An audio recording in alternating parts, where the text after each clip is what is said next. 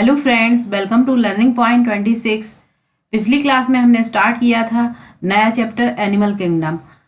उसका कुछ भाग रह गया है जिसको हम आगे कंटिन्यू करते हैं। अगर मेरी वीडियो आपको पसंद आए तो लाइक करें, शेयर करें और सब्सक्राइब करें। प्लीज़ बेल आइकन को दबाना ना भूलें। तो स्टार्ट करते हैं आज की क्लास। पिछली क्लास में मैंने आपको बताया था कि संघ कॉर्डेटा कैसा वर्ग है, कैसा संघ है और इसमें इसे किस तरह से बांटा गया है। तो संघ जो कॉर्डेटा है उसको कई भागों में बांटा गया है। उसको डिवीजन अनैथोस्टोमेटा, नैथोस्टोमेटा। अनैथोस्टोमेटा क्या है, मैंने बताया था आपको, जबड़ों का अभाव रहता है इसमें, जिसमें साइक्लोस्टोमेटा आता है। और नैथोस्टोमेटा, इसमें क्या है, जबड़े उपस्थित रहते हैं। इसमें दो वर्ग आते हैं, एक पिसीज वर्ग, एक टेट्रापोडा वर्ग। तो पिसीज वर्ग जो है उसमें क्या है, उसमें भी दो पार्ट हैं उसके, कॉन्ड्रिकोइड और ऑस्टिकोइड। टेट्रापोडा यानी चतुष्पाद वाले जीव जंतु जो जिनमें चार पैर पाए जाते हैं। एम्फीबिया, रेप्टाइल, एवीज, मैमिलिया, ये सभी इसके वर्ग हैं। तो स्टार्ट करते हैं। कॉर्डेट संघ में हम सबसे पहले बात करेंगे अनैथोस्टोमेटा की, जिसमें क्या होता है, जबड़ों का अभाव रहता है। अनैथोस्टोमेटा का एक वर्ग है साइक्लोस्टोमेटा। साइक्लोस्टोमेटा ऐसा वर्ग है जिसमें कुछ मछलियों के वाहक परजीवी होते हैं। यानी जो सभी प्राणी रहते हैं इसके किसके, साइक्लोस्टोमेटा के, तो कुछ मछलियों के वाहक परजीवी होते हैं, यानी इनमें कुछ पैरासिटिक का कार्य भी करते हैं।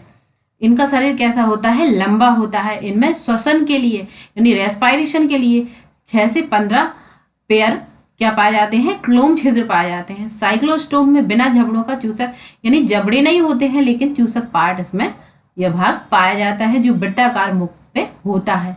इसका शरीर कैसा होता है, बंद प्रकार का होता है, क्लोज्ड होता है इस तरह से।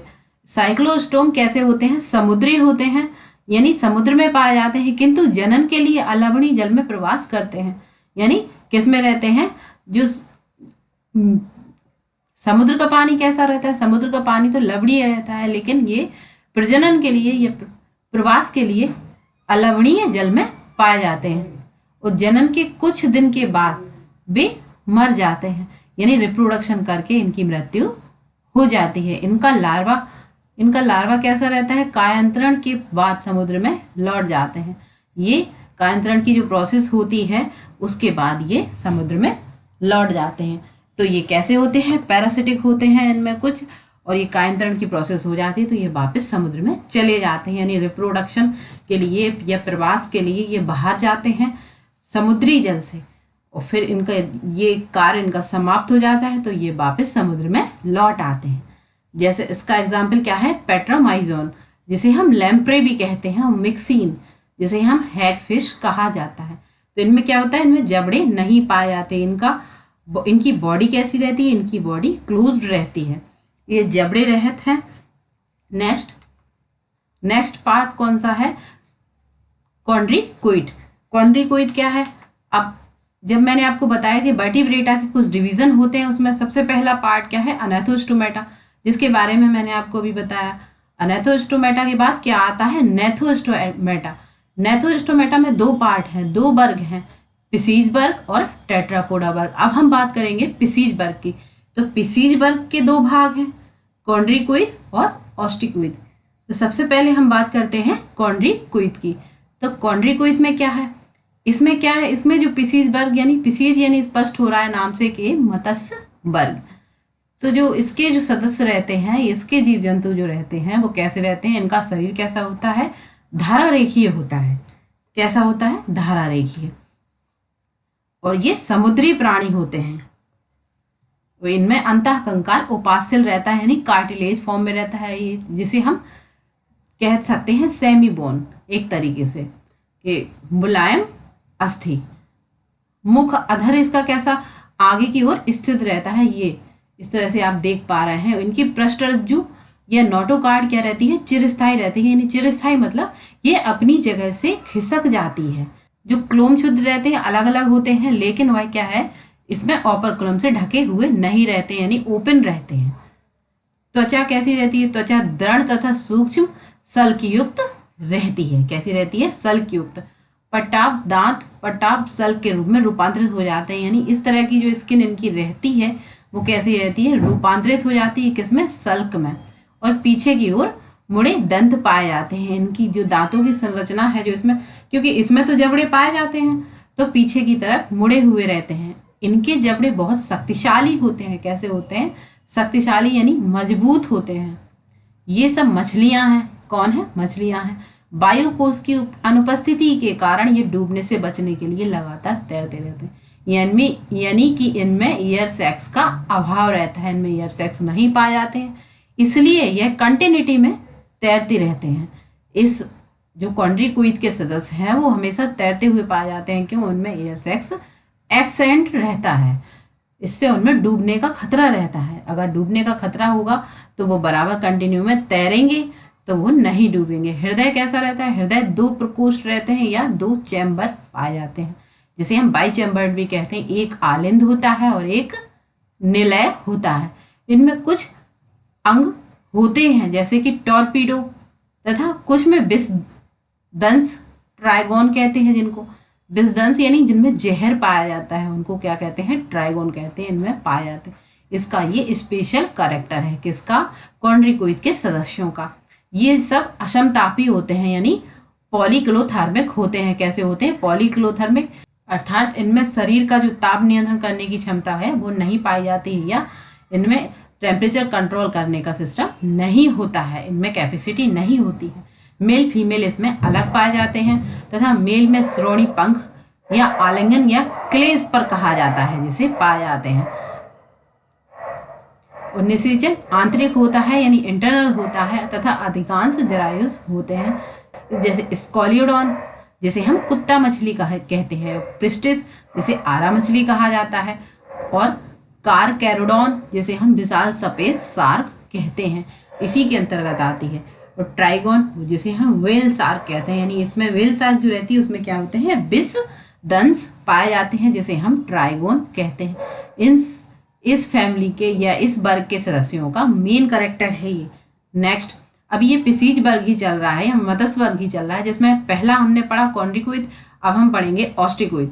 तो ऑस्ट्रिकोइड के मेन कैरेक्टर्स क्या हैं, इस वर्ग की मछलियां लवणीय तथा अलवणीय दोनों प्रकार के जल में पाई जाती हैं, यानी सॉल्ट वाटर में भी पाई जाती हैं और मैराइन में भी पाई जाती हैं और सिंपल वाटर में भी पाई जाती हैं, जैसे कि समुद्र में भी रह सकती हैं और बाहर नदी तालाबों में भी पाई जाती हैं।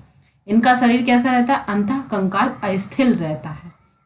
इनके शरीर भी धारा रेखित होता है, एक धारा रेखीय होते हैं। मुख अधिकांश अग्रसिरे के अंत में पाया जाता है, जो अग्रसिरा है उसके अंत में यह मुख पाया जाता है, जस्ट लाइक दिस। इनमें 4 जोड़ी क्लोम छिद्र पाए जाते हैं, कितने, 4 जोड़ी, और ये ओपरकुलम से ढके रहते हैं, यानी इनमें कवरिंग रहती है। इसके बाद इसकी त्वचा कैसी है, साइकोइड या टीनोसॉइड सल्क से ढके रहते हैं, यानी सल्क जो रहते हैं उनकी एक विशेष आकृति रहती है, उन्हें साइकोसॉइड या टीनोसॉइड कहते हैं। तो ये सल्क इनमें पाए जाते हैं। इनमें वायु कोष उपस्थित रहते हैं या एयर सैक्स पाए जाते हैं, जो उत्प्लावन में सहायता करते हैं, जिससे कि मछली डूबती नहीं है, तैरती रहती है। हृदय 2 प्रकोष्ठ का होता है यानी बाई चैम्बर्ड होता है, एक आलिंद और एक निलय। ये असमतापी होते हैं, मेल तथा फीमेल अलग अलग होते हैं। ये अधिकांशतः अंडज होते हैं यानी ओवम का फॉर्मेशन करते हैं। निषेचन प्राय कैसा होता है, वहा होता है, और परिवर्धन प्रत्यक्ष होता है यानी दिखाई देता है। इसका एग्जाम्पल कौन कौन से हैं, समुद्री एक्सोसिटस, समुद्री एक्सोसिटस कौन है, उड़न मछली जिसे हम कहते हैं। हिप्पोकैम्पस, हिप्पोकैम्पस क्या है, समुद्री घोड़ा। और अलवणीय लेवियो जिसे हम रोहू कहते हैं, जो ज्यादातर आम देखने को मिलती है। कल्ला या कलेरिया मांगूर कहते हैं, जिसे मगूर कहते हैं। एक्वेरियम बेटा जिसे हम फाइटिंग फिश भी कहते हैं, और पेट्राइसम जिसे एंगज मछली कहा जाता है। ये तो हो गया आपका पिसीज वर्ग। इसके बाद हम बात करेंगे, हमने कहा था पिसीज वर्ग में 2 होते हैं, कॉन्ड्रीक्यूइड और ऑस्ट्रिकोइड, इन दोनों की बात हमने अभी की। इसके बाद हम बात करेंगे टेट्रापोडा की। तो टेट्रापोडा यानी चतुष्पाद वाले जीव जंतु या प्राणी। तो अभी कौन सा संघ चल रहा है, कॉर्डेटा या वर्टिब्रेटा। तो सबसे पहले हम बात करेंगे, ऑस्ट्रिकोइड की बात हो गई, अब हम बात करेंगे एम्फीबिया वर्ग की, जिसमें क्या होता है, जबड़े उपस्थित रहते हैं। अब ग्रीक भाषा का एम्फी 2 वायोस एम्फी दो बायोस इज इक्वल टू जीवन, यानी एम्फी मतलब दो और बायोस मतलब जीवन। उभयचर, उभयचर का मतलब क्या हुआ, जल तथा स्थल दोनों में रहने वाले जीव जंतु हैं। किसमें, जल तथा स्थल दोनों जगह ये रहते हैं, इसलिए इनको उभयचर कहा जाता है। तब एम्फी का मतलब हो गया दो, यानी दो जगह, बायोस यानी जीवन, यानी दो जगह इनका जीवन रहता है, जल में भी और स्थल में भी। अधिकांशतः दो जोड़ी पैर पाए जाते हैं, दो जोड़ी यानी चार। इन शरीर कैसा है, शरीर सिर तथा धड़ में विभाजित होता है और कुछ में पूंछ भी उपस्थित रहती है। उभयचर की त्वचा नम तथा सल्क रहित होती है, यानी इनमें सल्क नहीं पाए जाते हैं, फिश मत्स्य वर्ग में पाए जा रहे थे लेकिन इसमें नहीं। नेत्र पलक वाले होते हैं, यानी पलक पाई जाती है जिससे आंखें ढक जाती हैं। वह कर्ण, कर्ण की जगह कर्ण पटल पाए जाते हैं, कर्ण नहीं उपस्थित होते हैं, उनकी जगह क्या होता है, कर्ण पटल पाए जाते हैं। आहार नाल, आहार नाल मूत्राशय जनन पथ एक कोष्ठ में खुलते हैं, यानी एक ही चैम्बर में इनका मार्ग होता है, एक ही चैम्बर में ये खुलते हैं, जिसे हम अवस्कर कहते हैं या अवस्कर कहा जाता है। और जो बाहर खुलता है, अवस्कर बाहर खुलता है। श्वसन कहता है कैसा होता है, क्लोम तथा फुफ्फुस तथा त्वचा के द्वारा होता है। क्लोम द्वारा भी होता है, फुफ्फुस द्वारा यानी फेफड़ों द्वारा भी होता है और त्वचा द्वारा भी होता है। हृदय कैसा होता है, अभी बाइचेम्बर्ड हो रहा था, अब 3 प्रकोष्ठ वाला हो गया इसमें। तो इसमें 2 आलिंद पाए जाते हैं और एक निलय उपस्थित रहता है। किसमें, एम्फीबिया वर्ग में। जो एम्फीबिया वर्ग के सदस्य रहते हैं वो कैसे रहते हैं, असमतापी प्राणी होते हैं।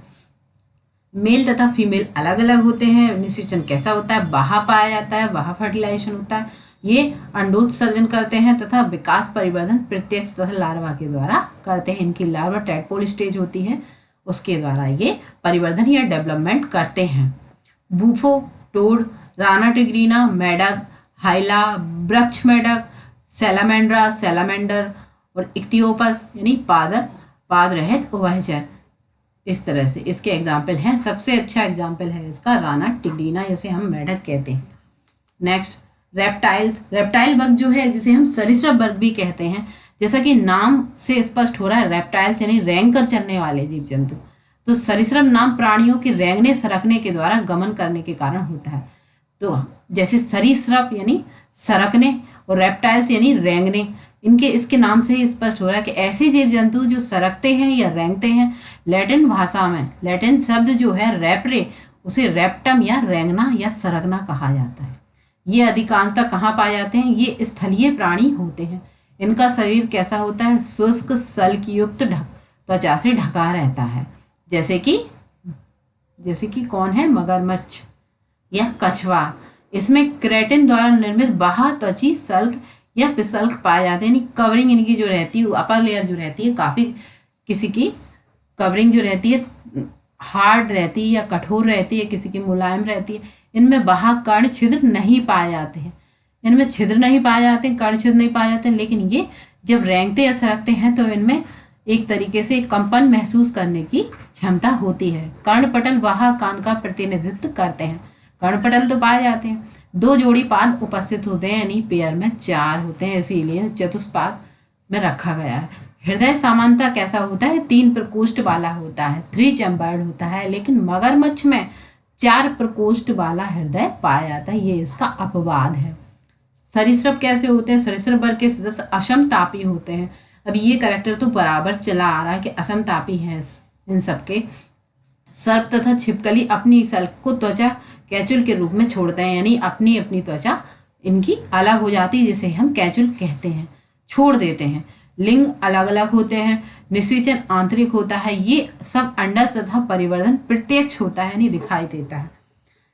क्लोन, टल, टैट्यूज, टॉर्टवाइज, कैमलैन, वृक्ष छिपकली जो रहती है, कैलाटोस बगीचे की छिपकली, एलिगेटर कहा जाता है, क्रोकोडाइलस घड़ियाल कहा जाता है, जिसे हेमीडेक्टाइलस जैसे घरेलू छिपकली कहा जाता है, जहरीले सर्प जैसे कि नाजा, कोबरा वगैरह, स्क्रैच वाइपर आदि।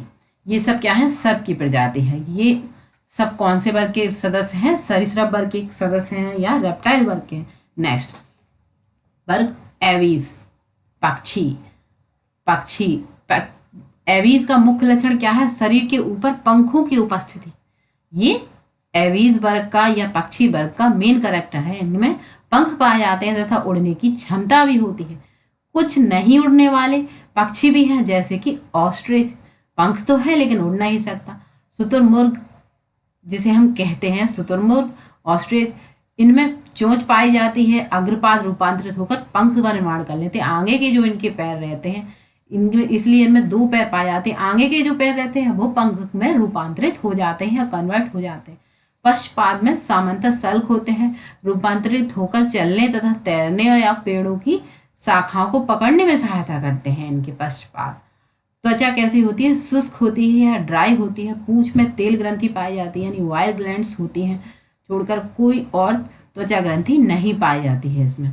अंतःकंकाल लंबी अस्थियां खोखली होती हैं, इनकी जो बोन्स रहती हैं अंदर से हॉलो होती हैं। इनमें एयर सैक्स पाए जाते हैं क्योंकि ये वायु में उड़ते हैं। इनके पाचन पथ में सहायक संरचना कौन सी है? क्रॉप या पेस्ट्री कहा जाता है जिसे। हृदय पूर्ण 4 चैम्बर वाला होता है या 4 प्रकोष्ठ वाला होता है। ये समतापी होते हैं। अभी तक आपने देखा कि असमतापी जीव जंतुओं की बात हो रही थी, लेकिन ये पक्षी जो एबीज वर्ग के हैं वो कैसे होते हैं? समतापी होते हैं, अर्थात इनके शरीर का ताप नियत बना रहता है। लेकिन इससे जो जीव जंतु हैं उनके ताप नहीं रहता था स्थिर, क्योंकि वो कभी जल में रह रहे थे, कभी स्थल में रह रहे थे, तो इस तरह से उनका ताप नियंत्रित नहीं, एक सीमित नहीं था। श्वसन फुफ्फुस के द्वारा होता है। किसके द्वारा होता है? फेफड़ों के द्वारा होता है। इनमें एयर सैक्स फुफ्फुस से जुड़कर सहायक श्वसन अंग का निर्माण कर लेते हैं, जैसे कार्वस कौन है? कौवा, कोलंबा कबूत, सिटिकुला तोता, स्ट्रियो ऑस्ट्रिच, पैवो मोर और एडिनोडाइटिस पैगवेन, सूडोगाइपस गिद्ध, ये सब पक्षी हैं जो एबीज वर्ग में रखे गए हैं। नेक्स्ट, वर्ग स्तनधारी। इस वर्ग के प्राणी सभी प्रकार के वातावरण में पाए जाते हैं, जैसे ध्रुवीय ठंडे भाग में भी, रेगिस्तान में भी और जंगल घास के मैदान में, अंधेरी गुफाओं में भी। इस जो स्तनधारी वर्ग है उसमें मनुष्य भी आता है। इनमें से कुछ में उड़ने तथा पानी में तैरने का अनुकूलन भी पाया जाता है। स्तनधारियों का सबसे मुख्य लक्षण होता है दूध उत्पन्न करने वाली ग्रंथि, यानी स्तन ग्रंथियां इनमें पाई जाती हैं। ये बच्चे जिनसे ये बच्चों का पोषण करते हैं या बच्चों का पालन करते हैं। इनमें 2 जोड़ी पाद पाए जाते हैं और 2 चलने, दौड़ने, वृक्ष पर चढ़ने के लिए, बिल में रहने के लिए, तैरने के लिए, उड़ने के लिए अनुकूलित होते हैं। वह कर्ण पल्लव पाए जाते हैं, यानी कान रहते हैं। जबड़े में विभिन्न प्रकार के दांत जो मसूड़ों की गर्तिका में या कैविटी में धसे रहते हैं। हृदय कैसा रहता है? 4 चैम्बर रहता है और श्वसन की क्रिया पैसी डायफ्राम के द्वारा होती है, यानी लिंग अलग होते हैं तथा जो फर्टिलाइजेशन है आंतरिक होता है। कुछ को छोड़कर सभी स्तनधारी बच्चों को जन्म देते हैं, यानी जरायुज होते हैं तथा परिवर्धन प्रत्यक्ष होता है। अंडज ऑरिनिथोकस जैसे प्लेटिपस, डकलेस, जरायुज मैक्रोपस, कंगारू और टेरोपस यानी फ्लाइंग फॉक्स, कैमिलस यानी ऊंट, मकाका यानी बंदर, रैट्स यानी चूहा, कैनिश, फैसिस बिल्ली, कैनिस यानी कुत्ता, एलिफस हाथी, इक्वेश घोड़ा, डेलिफिनस सामान्य डॉल्फिन और बेलिनीटा यानी ब्लू व्हेल, पैंथरा टाइग्रस यानी वाघ और पैंथरा लियो यानी शेर। इसके बाद हमने देखा कि कॉर्डेट संघ में किस किस को इन सबको रखा गया है और इसमें जो स्तनधारी वर्ग है उसमें प्राणियों को भी रखा गया है। उड़ने की बात हो रही थी तो इसमें चमगादड़ एक ऐसा जीव जंतु है जो उड़ने का कार्य करता है। कंगारू है, ये सब स्तनधारी वर्ग में इनको रखा गया है। लेकिन चमगादड़ है जो उड़ने का कार्य करती है और स्तनधारी वर्ग में भी है। अब हम सभी का शॉर्ट में रिवीजन कर लेते हैं। पॉरीफेरा कैसे होते हैं? कोशिक संगठन पाया जाता है इसमें, अनेक प्रकार की सिमेट्री होती है इसमें और इसमें कैविटी नहीं होती है, खंडी भवन भी नहीं होता है, पाचन तंत्र नहीं होता है, परिसंचरण तंत्र नहीं होता है और श्वसन तंत्र भी अनुपस्थित होता है। और शरीर कैसा रहता है? छिद्रों या नाल तंत्र द्वारा बना हुआ पाया जाता है। इसके बाद हम बात करते हैं सीलेंट्रेटा की। जब हम सीलेंट्रेटा की बात करेंगे तो सीलेंट्रेटा को नाइडेरिया भी कहा जाता है। इसमें क्या रहता है? इसमें संगठन स्तर कैसा रहता है? ऊतक लेवल का रहता है। इसमें अरीय समिति पाई जाती है। इसमें भी गुहा अनुपस्थित होती है, खंडी भवन नहीं पाया जाता है। और पाचन कहता है अपूर्ण होता है, अपूर्ण यानी इसमें एक ही छिद्र द्वारा भोजन का ग्रहण और निष्कासन दोनों होते हैं, ये है अपूर्ण पाचन। इसमें परिसंचरण तंत्र अनुपस्थित होता है, श्वसन तंत्र भी अनुपस्थित होता है। जैसे नीडोब्लास्ट, इसमें दंश कोशिकाएं, ये इसका मेन कैरेक्टर है, इसमें उपस्थित रहती है किसमें, सीलेंट्रेटा में। इसके बाद हम बात करते हैं किसकी, प्लेटीहेल्मिन्थेस, टीनोफोर की। टीनोफोर की जब हम बात करें तो टीनोफोर संघ के, तो टीनोफोर की जब हम बात करें तो ये इनका संगठन कैसा रहता है, ऊतक स्तर का रहता है। और ऊतक स्तर का इनमें सिमेट्री कौन सी पाई जाती है, एरियल होती है, अनुपस्थित होती है, कैविटी, खंडी भवन नहीं होता है, अपूर्ण पाचन होता है, परिसंचरण तंत्र भी अनुपस्थित रहता है और श्वसन तंत्र भी अनुपस्थित। इनका मेन कैरेक्टर क्या है, इनमें कंकत चलन के लिए पट्टिकाएं या एक तरीके से इन्हें 8 इस राउंडेड शेप स्ट्रक्चर है, इसमें बॉल की तरह स्ट्रक्चर रहता है, इसमें 8 पार्ट पाए जाते हैं, ये 8 भाग होते हैं उसके। इसके बाद हम बात करेंगे प्लेटीहेल्मिन्थेस की। प्लेटीहेल्मिन्थेस, तो प्लेटीहेल्मिन्थेस कैसा है, इसमें ऊतक स्तर का नहीं रहता, इसमें अंग तथा अंग तंत्र दोनों पाए जाते हैं और बाइलेटरल सिमेट्री होती है।